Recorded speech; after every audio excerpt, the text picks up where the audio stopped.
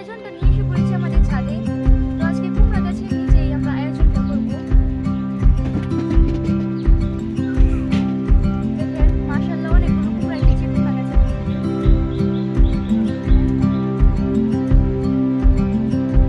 মাশাআল্লাহ এই কুমড়াটা অনেক বড় হয়ে গেছে।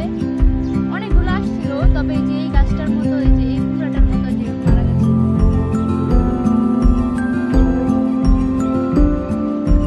গাছে কিন্তু প্রচুর ফুল হয়েছে।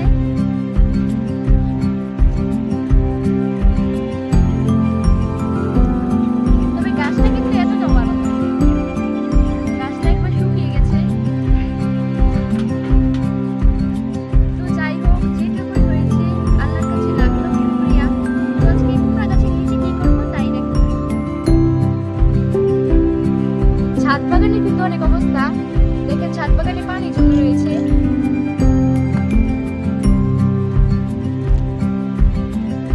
আজকে আকাশের অবস্থাটা সেরকম ভালো না। ছাদ বাগানে প্রচুর পানি জমে আছে।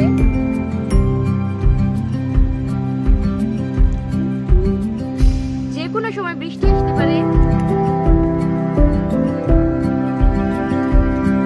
জানি না ভিডিওটা সম্পূর্ণ করতে পারবো কিনা। বৃষ্টি আসলে কোনো ক্ষতি নেই, বৃষ্টিতে আজকে ভিজে ভিডিওটা করবো। তো আপনাদের সাথে আপনারা সবাই পাশে থাকুন, দেখা যাবে। সারপ্রাইজ, এই হচ্ছে আমাদের ভিডিও। মাংসটা হচ্ছে তো এত বড়। আব্বুকে বললাম অনেকদিন যাবত মাংস খাওয়া হচ্ছে, তো একটা মাছ কিনে আনো।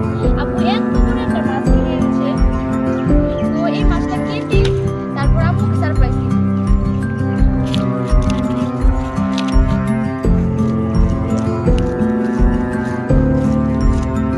এই পাশটা কিন্তু আমি আঁশটা উঠিয়ে ফেলেছি।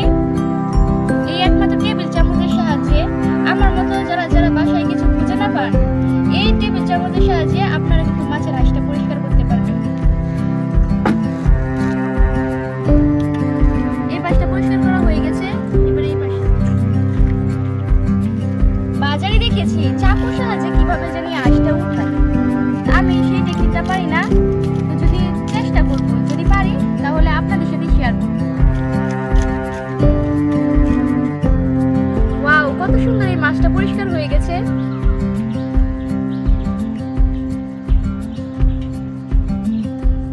তো এখন দেখি এই মাছটা কাটতে পারি কিনা।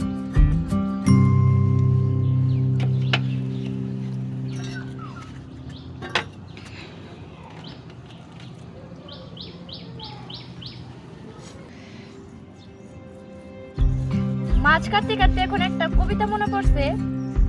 পারিব না এই কথাটি বলিও না, আর একবার না পারিলে দেখো শুধুবার। অনেকবার এই মাছটা আমি চেষ্টা করতেছি, এখন দেখি কাটতে পারতেছি। তো মাছটা কাটতে কাটতে এখন একটা কবিতা মনে পড়ছে।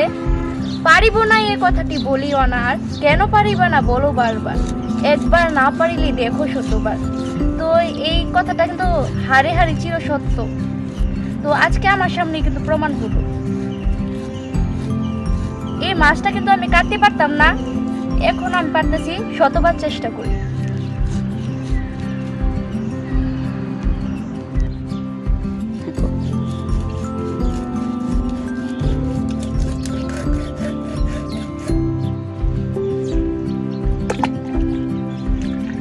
মাশাআল্লাহ, এই অত বড় মাছটা আমি কাটতে পারছি। আমার যেটুকু প্রয়োজন ছিল আর কাটতে পারবো না। তো এই রক্ত পানি মাছের যত যাবতীয় যত জিনিস আছে মাছের ভেতরে, সব এখন আমি কি করব, তো আমার ছাদ বাগানের গাছের গোড়ায় দিয়ে দিব। মাছটা আমি ভালো করে ধুয়ে এটার মধ্যে রেখে দেই।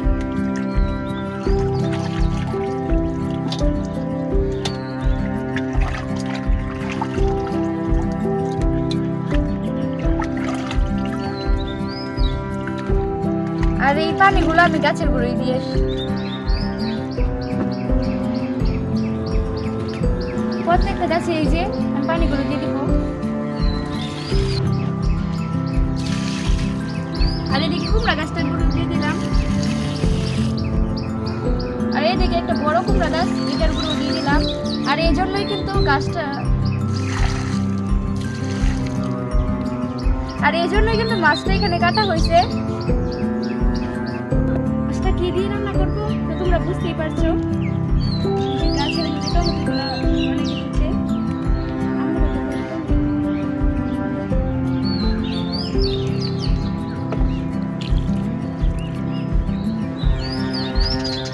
মাশাআল্লাহ কতগুলো টমেটো হয়েছে। টমেটোগুলো এখনো পাকেনি, তো গাছের টাটকা এই জন্য কাঁচা নিয়ে নিলাম।